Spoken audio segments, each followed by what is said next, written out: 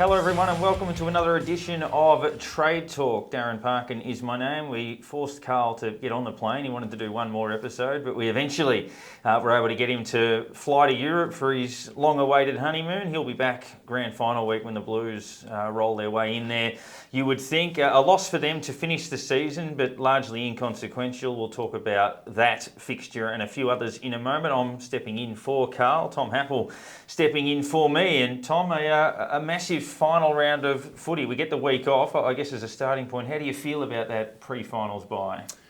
Thanks, Daz. Great to be with you. Big shoes to fill this week, but certainly looking forward to the finals as a whole. And just touch on your point there about the pre-finals bye. Actually, I'm a fan of it because it gives teams a chance to reset, recuperate, get some injured players back in the fold. And I think overall it's been a positive move by the AFL. And I don't see any reason to remove it. Seems to have worked. One of those semi-reactionary things. Obviously, North Melbourne played Richmond in the last round in 2015 and in the first final that same year, and were able to roll them in that elimination final. And obviously, the Bulldogs the very next year benefited from the week off, getting players back and sweeping through to win the flag. Our deep dive a little bit later on will be on the sides that didn't make the finals, which I guess is the benefit of this bye week. It gives us a chance to let those finals breathe and talk about them a bit next week. But we always analyse three matches from the round that was off the top. Wanted to start with your boys, Tommy, North Melbourne. They won the first and last games of the season, which is obviously a rarity given their position, but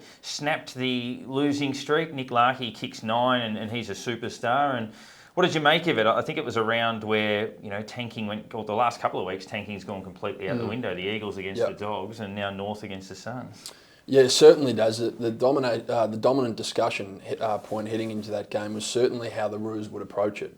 Were they content to secure the number one pick, or would they have a crack and see it as an important game to win from a culture standpoint?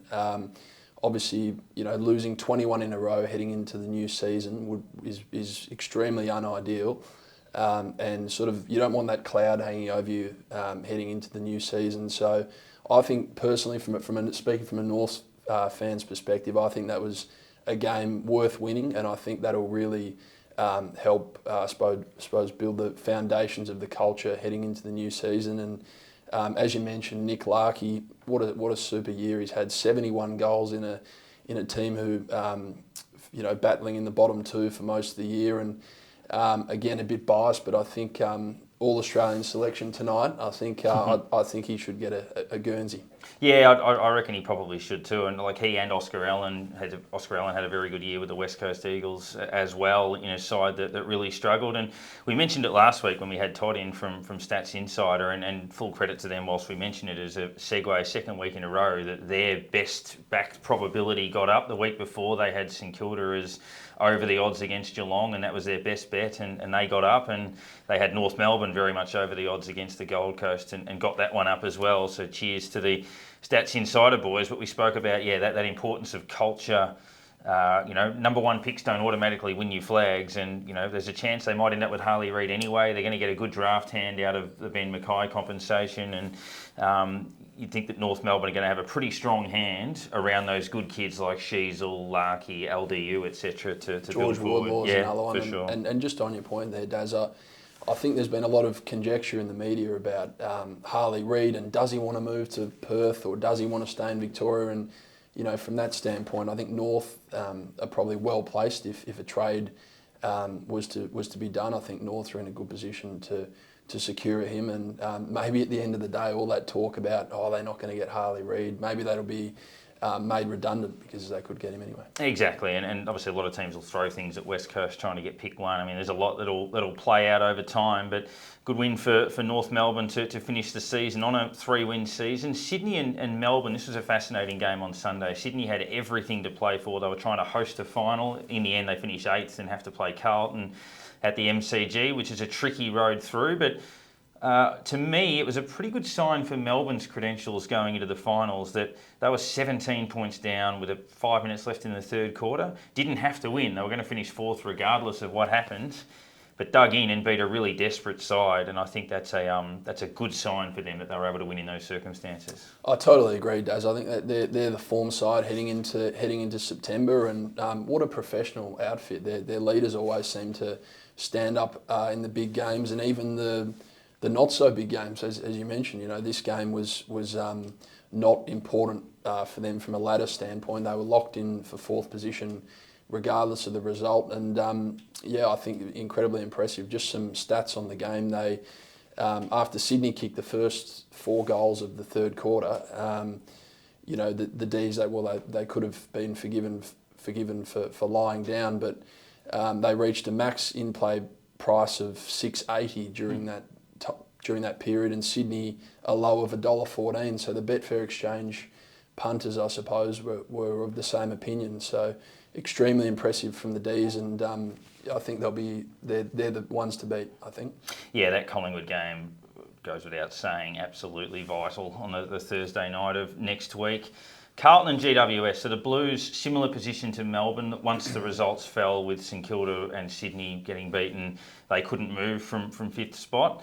Obviously, had the Saints have beaten Brisbane, they would have had a bit more to play for in that position. But the Giants, after the Bulldogs beat Geelong, they had to win to make the 8, and they did. And it actually looked like they were going to pinch a home final at one point when they got 45 points up in the last quarter. But yeah, the Giants from 3-7 to 13-10 with road wins against the Bulldogs in Ballarat, Melbourne in Alice Springs, Geelong at Kardinia Park, Adelaide in Adelaide, and now Carlton at Marvel. So they're putting together a good block. They are indeed, Daz. I think the Giants, they're one of the stories of the year, and I think they certainly exceeded my expectations. I had them in the pre-season preview. I had them as a tip in the least season wins market, and they've blown that out of the water. And just some numbers from them. They're ranked fourth. They're ranked the 4th best attack in the league and the 3rd best defence via champion data. And heading into finals, that's sort of, I suppose, equality on both sides of the ground. I think that'll hold them in really good stead, and they'll go into that elimination final with St Kilda, chock full of confidence. And that game, that proves to be a really tight one. I think the market in that one reflects the evenness of the contest, I think. Yeah, first time those two sides would have played each other, A, in a final and B, at the MCG in their history. And it's interesting because the Giants obviously full of momentum. You get the week off. What does that do for that momentum? And St Kilda probably in the last 6 weeks had rediscovered a bit of their mojo, and obviously the week off for them too. So can they both maintain momentum, and what happens in that Saturday afternoon elimination final? So a wrap of those 3 matches. We'll talk about the sides that didn't make the 8 shortly. There were talking points out of Geelong Bulldogs and Collingwood rediscovering a bit of form and the like. But the Trade Talk medal, I'll go through some of the honourable mentions, and then you can rattle through our 3, 2 and 1. Look, Connor Rozee, Port Adelaide, it's generally either been him or Zach Butters in the last couple of months that have been sort of trading who's in the best form. 33 and a goal. Andy Brayshaw was really good for Fremantle in a nice win against Hawthorn. Toby Green was super and is a superstar, as we know. We've discussed his standing as potentially the best player in the comp. Both Bont and Libba will probably battle for the 3 Brownlow votes in the win over Geelong, potentially a medal-claiming performance from Bontempelli. And Stephen Coniglio, he's had a wonderful season given some of the talk around him in the past. 28 disposals and 2 goals in game 200.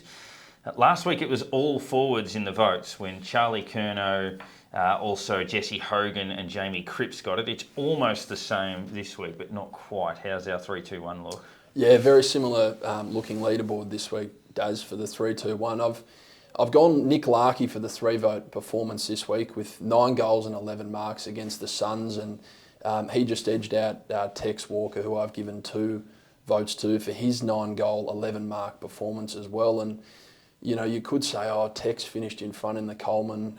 Perhaps he deserved the 3 votes this week, but I think just that factor of North playing against the better opposition in the Gold Coast and West Coast. Adelaide up against West Coast, who are the worst team. I think that just edged Nick Larkey in front this week for me. And the one vote will go to Errol Goulden this week. What a super player he's become this year. 42 disposals and 2 goals against the all-conquering Demons. Unbelievable display from him.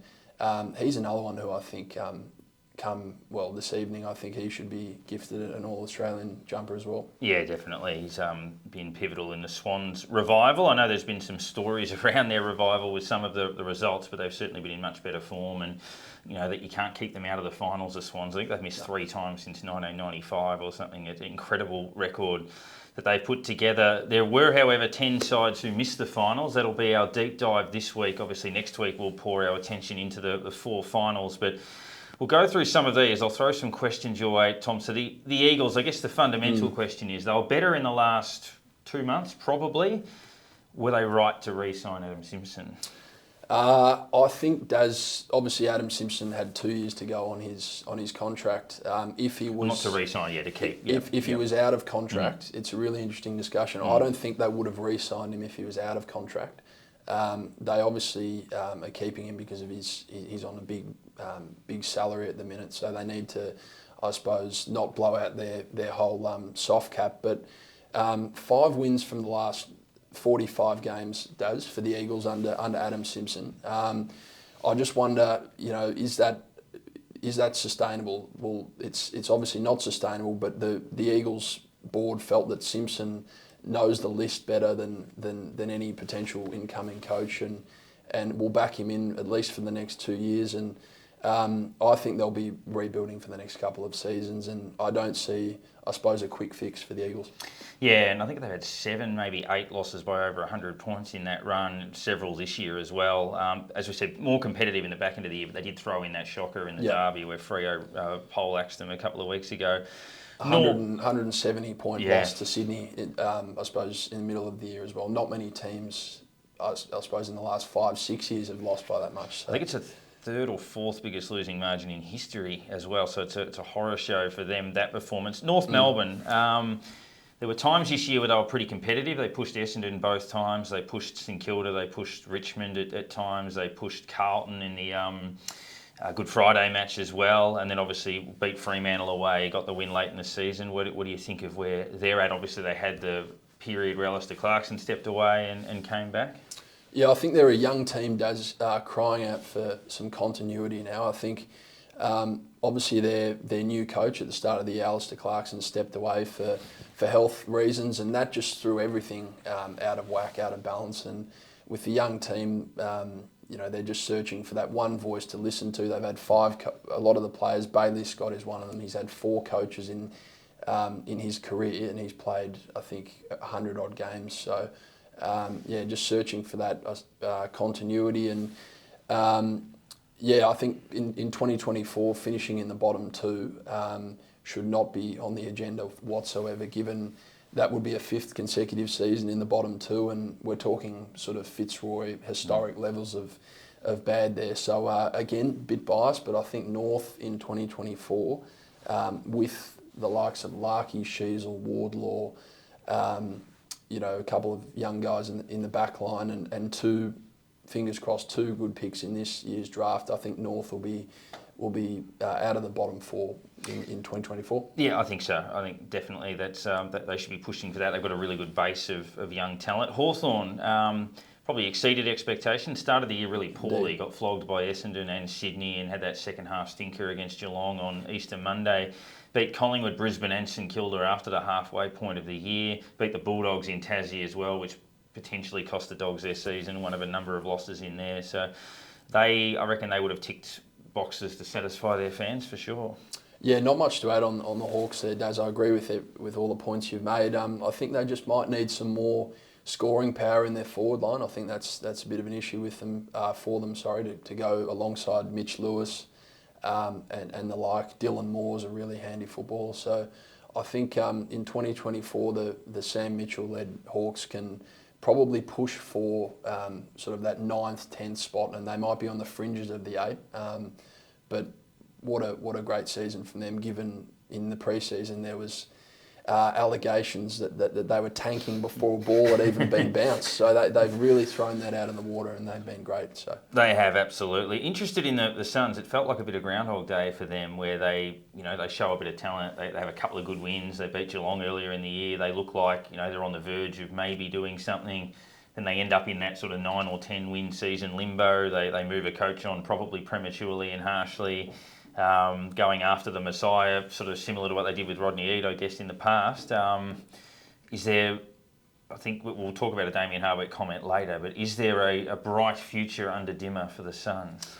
Yeah, that was very diplomatic of you, Daz. I'm going to go a bit harder on the Suns. I think, I'll go out on a limb and say they won't be making finals in 2024. I think Hardwick will need at least a couple of seasons to, I suppose, weed out the losers' mentality of that club. And I think their loss to North in round 2024, it'll probably get swept aside a bit, swept under the carpet. But for me, that was the worst loss by any team this season. I think a club with no final success hasn't earned the right to be using the dead rubber excuse. No, and I think every game should matter for them, and they just didn't turn up. They sort of rolled over in a sense. So I think there's a lot of it's sort of a mentality that needs changing on the Gold Coast rather than a talent thing.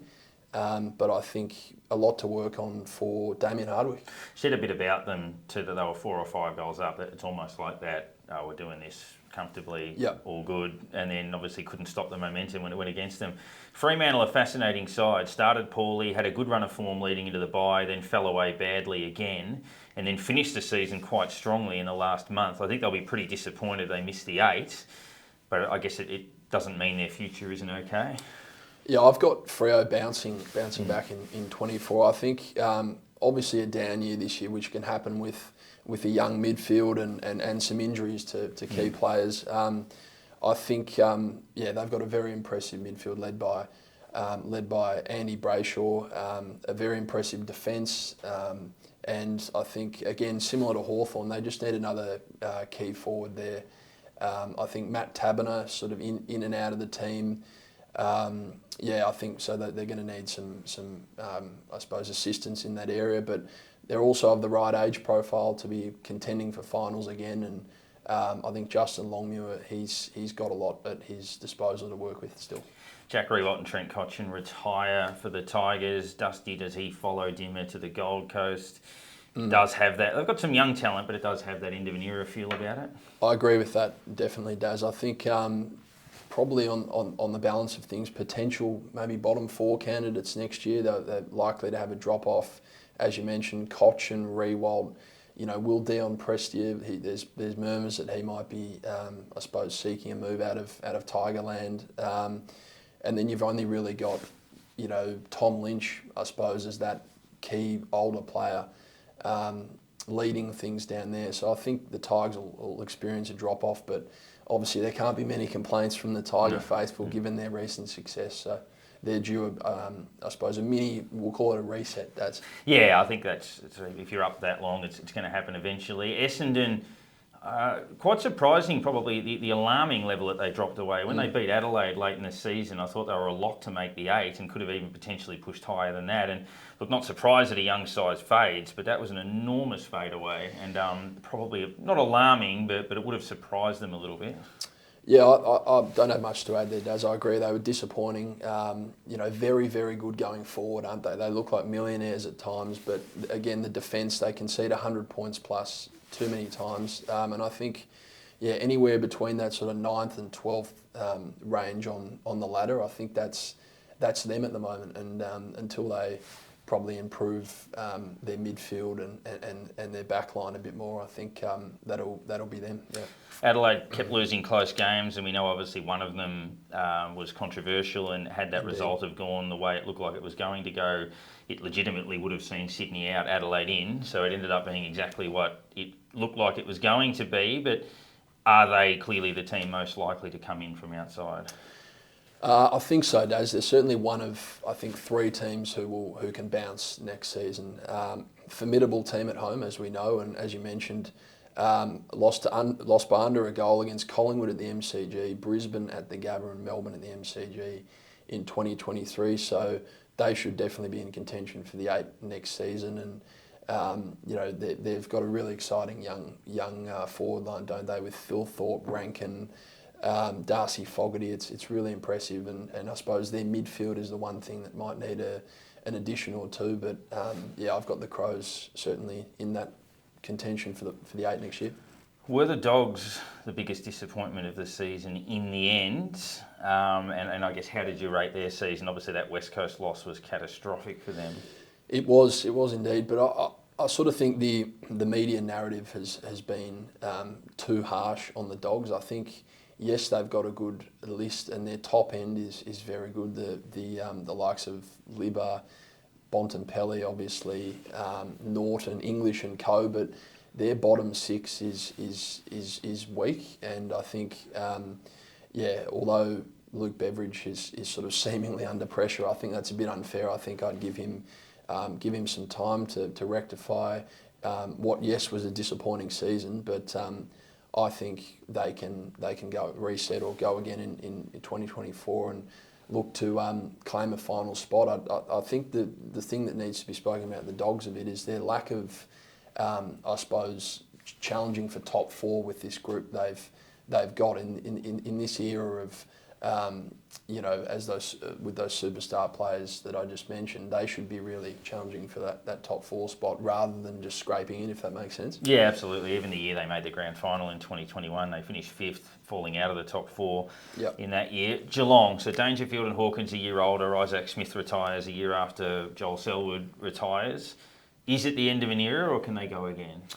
I have them missing in 24 days. I think Geelong, what a fantastic club. They're just relentless in their pursuit of final success, and they've certainly had that over the last decade, if not longer. But I think they really do now need an injection of youth through the draft. I think they need some top-end selections, and perhaps the need for them to top up, which they've so often, I suppose, done in recent years. I think they should shelve that this year and just aim to get some good picks in.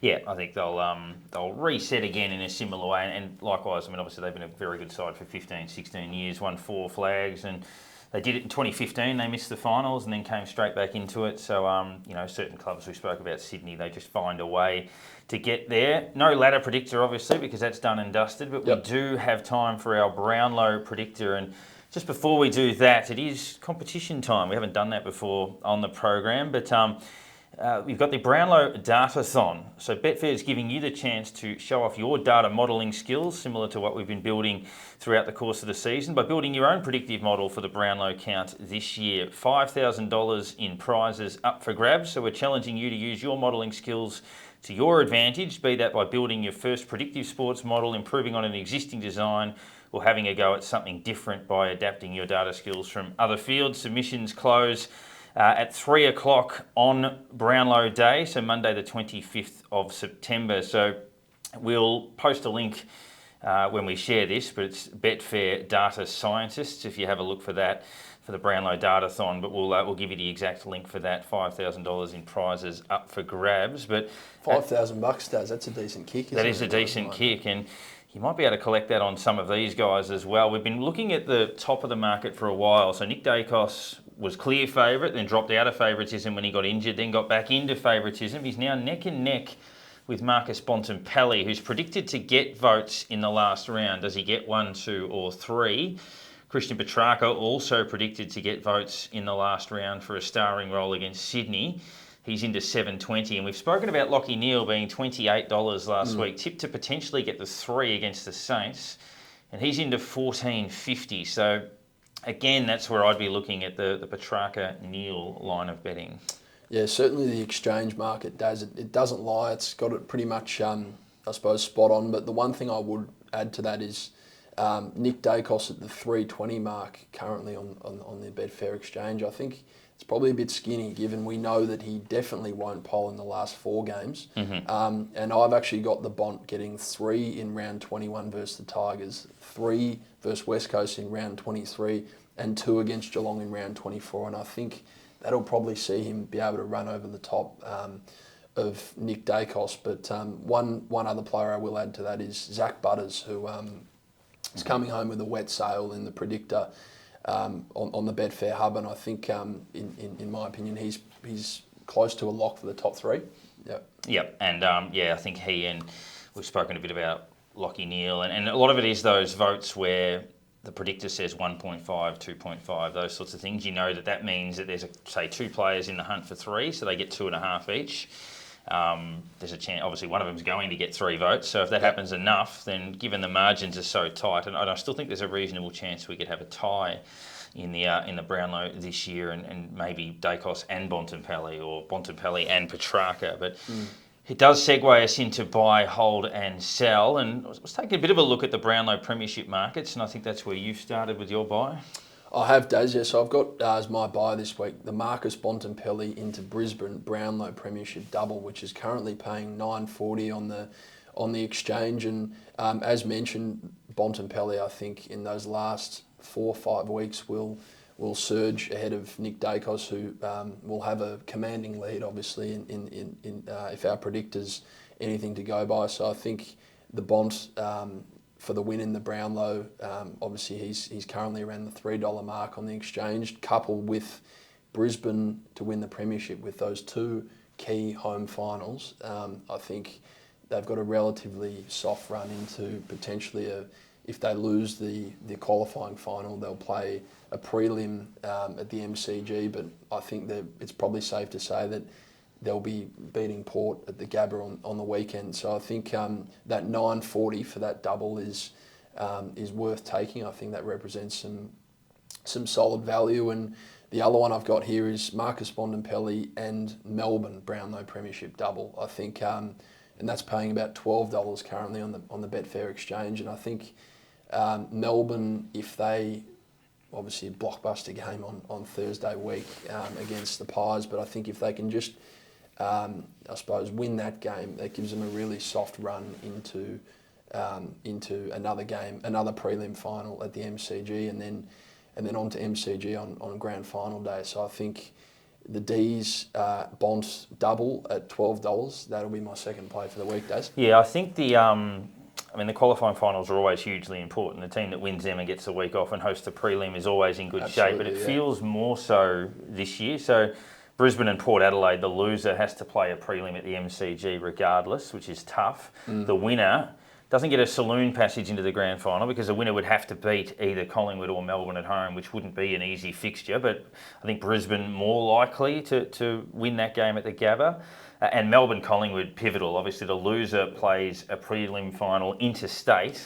The winner hosts an interstate side at the MCG. So basically, if you look at your tips for those 2 qualifying finals, those 2 teams should make the grand final more than we've probably seen in the past. So, that Melbourne-Collingwood game, massive. We saw similar when Melbourne played Sydney last year. My buys are probably looking at similar. So, again, that value on Lachie Neale and Petrarca, but tying it around those predicted grand finalists as well. Sure. Who's your hold? You were pretty big on this guy at the start of the year, and I can understand why, especially now. Yeah, Harry Sheasel, Daz. We've mentioned his name a lot across the year on this show, and I think we took $13 in the pre-season for Harry in the Rising Star Award to be named tonight, mind you, and I think he's $1.20 on the exchange now, and prohibitive odds now. Wouldn't be diving into that just in case something drastic happens. But I think we're sitting pretty with that bet, and I'm certainly hoping for the best tonight because $13, Daz, that's looking tasty at the moment. Most disposals ever by a first-year player. Broke the record, I think, set by Nick Dacos last year, who broke the record set by Toby Green, I think, way back in his first year as a Giant when he was an out-and-out midfielder. Tremendous effort from Harry Sheasel. And I think if you look at his 2 main rivals, so Will Ashcroft, unfortunately, obviously wasn't able to play for the last 6 or 7 weeks. And Mitch Owens was always third in line, but would have needed probably somewhere in the last 5 or 6 weeks some elite game where he kicked 5 or 6. He was good in that period, but probably didn't grab the eye enough to tip over the top. He'll get votes, but will finish either second or third, I think, in that. So Harry Sheasel does look the most likely. It's a really good crop, isn't it, Daz? It's we've mentioned it on the show numerous times this year, but Jai Amos, Ruben Ginbey, Darcy Wilmot from the Lions, who'll play a role in their quest for the flag this year. I just think we're lucky to have these kids in the league who will excite us for many years to come. So absolutely, it's one of the best crops we've had. I mean, any of that top 6 would have won it in any other year conceivably. Your sell. I like this one. This is a good call. Yeah, so again, I'm sort of I'm whacking the Gold Coast a bit today, but I'm just continue on that theme for a second. So my sell this week is clearly Damien Hardwick was introduced up in the Gold Coast last week as their inaugural. Not inaugural, but their new coach. And just a comment that he made in that press conference raised eyebrows for me. That 80%, or so he said, 80% of Gold Coast's first premiership team is currently on the list. That was his comments, and I think maybe it was a throwaway line, but that comment, in my opinion, is flat out wrong. I don't think 80% of their list currently, as it stands, will be in their premiership team, and time will tell, Daz. But it'll be an interesting comment that'll be replayed, I'm sure, throughout the next 2-3 years as the Hardwick Suns progress in their journey. But I think that comment raised eyebrows for me. Yeah, I mean, if you look at the core of the group, Lukosius, Rowell, Anderson, who's in the under-22 team of the year, Flanders, Ballard, there's a few, but you're probably looking at a dozen, not 33 or whatever it may be, as the core of that team. And I think, their issues have always run a little bit deeper than that. Like, they've got a bit of talent and they're dangerous on their day, and they've beaten Brisbane and the like over the course of the season, and Geelong, but I think, and look, he'll certainly help. But I read an interesting stat that the only coach who's won a premiership since Lee Matthews coaching a second club was Mick Malthouse at Collingwood in 2010, or a third club in his case. Wow, that's a great stat. So if you look at if you rattle through them, like the first-time coaches, Mark Williams, Paul Roos, John Worsfold, Bomber Thompson, Alistair Clarkson, then you go into Luke Beveridge, Adam Simpson, Damien Hardwick himself at Richmond, Simon Goodwin. I think since Lee Matthews in 2003, it's only Mick Malthouse. So it's not always the ultimate solution to go and get the Messiah and have him deliver for you. Chris Scott over the last... Chris Scott, of course, yep. What is it, 12, 13 years that he's been at the helm for the Cats, first-timer in him, and he'll continue on in that role. Doesn't bode well for Brad Scott at Essendon either, does it? Which Dons fans will be hoping that they can lift in season 2024. But very interesting, Daz. So. We'll turn our attention next week to the 4 finals. It starts on Thursday. Collingwood taking on at Melbourne in the 1v4 game. Brisbane, Port Adelaide at the Gabba, and then the 2 elimination finals. Carlton will play Sydney at the MCG, and St Kilda will play the Giants at the MCG as well, and 8 will become 6 next weekend. Tom, we look forward to chatting again on Trade Talk then. It's been great, Daz. Thank you. Chances are you're about to lose. For free and confidential support, call the number on the screen or visit the website.